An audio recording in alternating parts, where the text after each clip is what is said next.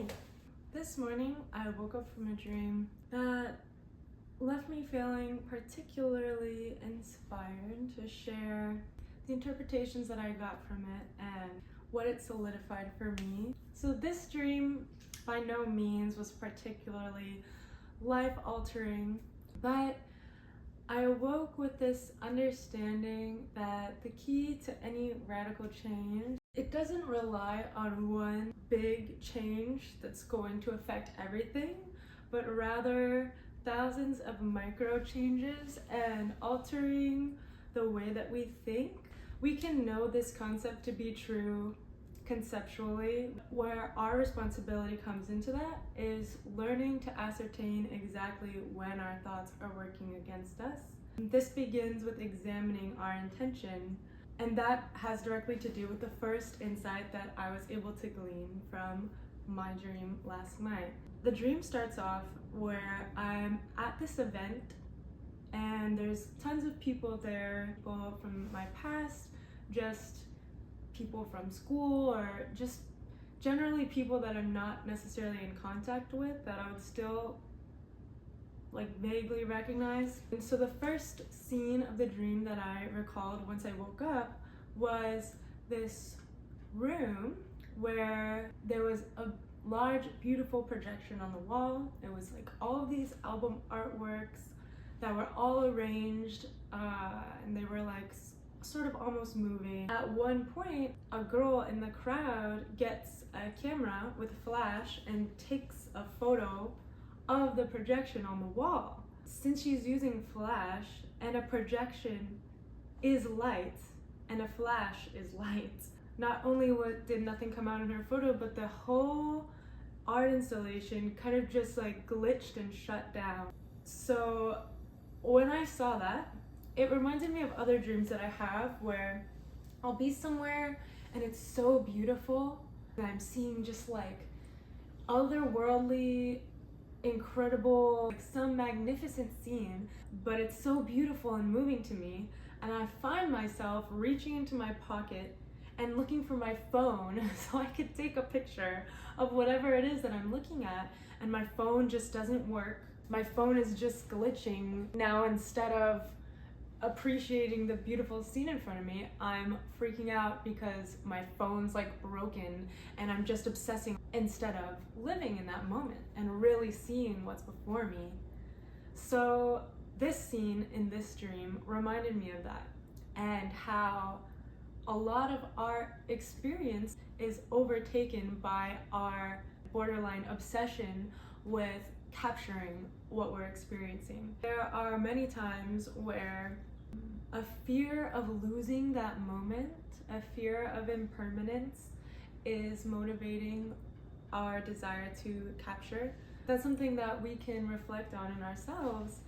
So all of that is a reflection on how is our intention behind capturing these moments affecting our true ability to appreciate and live in those moments, and just paying attention to that. The more often we practice looking into our intentions, the easier it becomes to discern, the more likely we are to take a step back from that and live more authentically.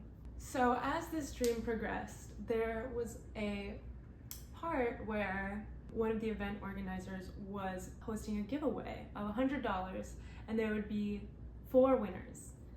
And everyone that attended the event was automatically entered, and they were read off one by one, the winners, and then whoever claimed their prize first would win $50. The next person who came to claim it got 30, and then the next person got 19. The 4th person got $1. I wasn't really paying attention to this giveaway, figured I wouldn't win, right? A little bit later in the dream, I found out that I had won, but because I wasn't paying attention, I was left with the $1 that was left over. And so I talked to the person who organized this, and I said, why did you do it this way? Well, the people who got here first and claimed their prize first, they're happy that it worked out this way. Otherwise, everyone would have gotten $25. But there's a reward for the people who were paying attention. If we practice our attention and we're fully aware, not living in our thoughts, we gain a better ability to recognize opportunities that are right for us. There's something that can get in the way, and that's when we have a difficulty ascertaining which opportunities we deserve, especially when we're living self-critically, which happens very often. When we're living that way, we might not think we deserve any opportunities that come our way. So this brings me to the last scene of my dream. I'm with my mother, and I'm expressing to her how seeing all those people from my past, from school, I just had this feeling that everyone that I saw at the event, they didn't understand me. I just felt this very big disconnect and feeling of unworthiness and being unappreciated. Kind of thinking, why did I even go? Her response was, okay, in reality, you probably wouldn't have hung out with these people if you hadn't gone to this event. So it's actually wonderful that you did go because you are different than them. You had a lot to share with them that they didn't know about, and vice versa. It's actually a wonderful thing. On my end, I kind of had this shift in realizing, oh, all the things about myself that give me my unique perspective that I've been telling myself is a reason for people to judge me is actually a benefit. Everyone's unique perspective is what they bring to the table.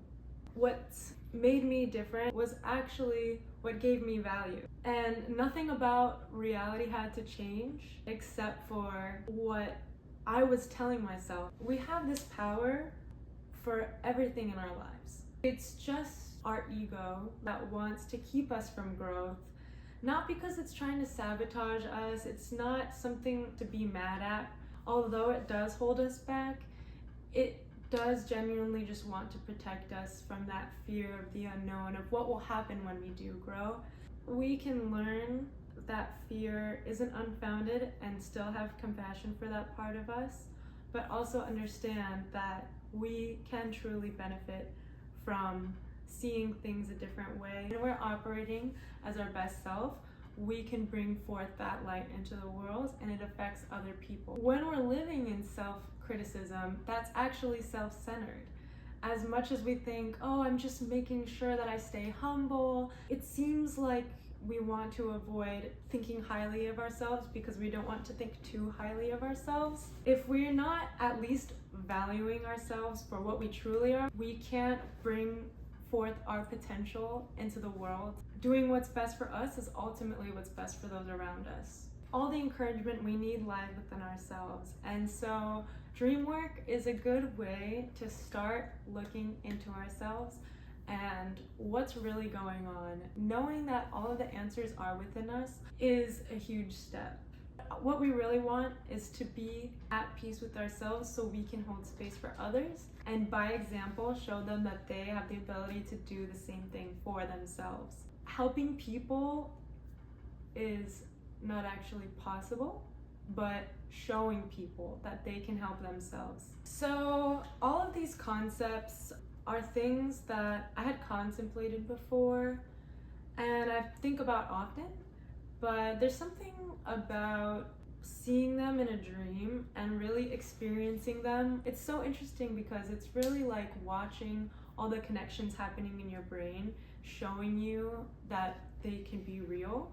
All of that information that goes from conceptual to experiential. A lot of the time, dreams just give us this reassurance when we're on the right path.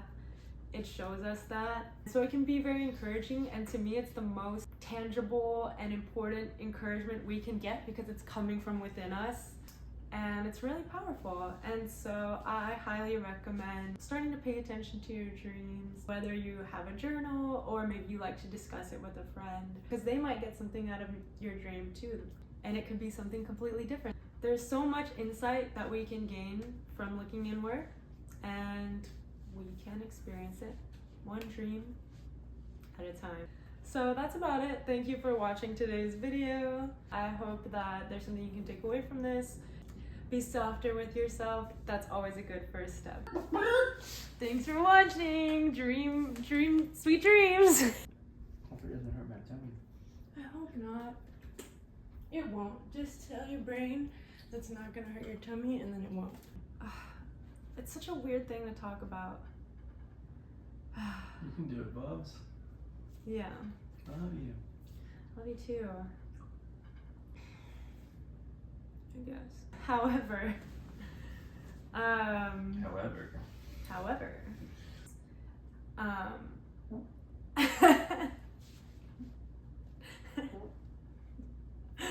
you done yet or not? Yeah. Okay. Bless you. I was trying to hold it. No, you don't have to hold it. Alright, take 2. Action. No. Thanks for watching.